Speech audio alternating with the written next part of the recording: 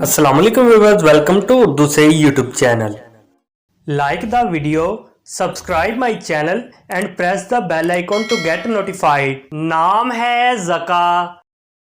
ज़का नाम के इंग्लिश में स्पेलिंग बनते हैं ZAKA। ज़का नाम का इस्तेमाल लड़कों के नामों में होता है। ज़का नाम लड़कों के लिए मखसूस है। ज़का नाम का मजहब मुस्लिम है। ज़का नाम के मायनी हैं जहानत, दानाई, फरासत, तेज़ी, फ़हम, होशियार।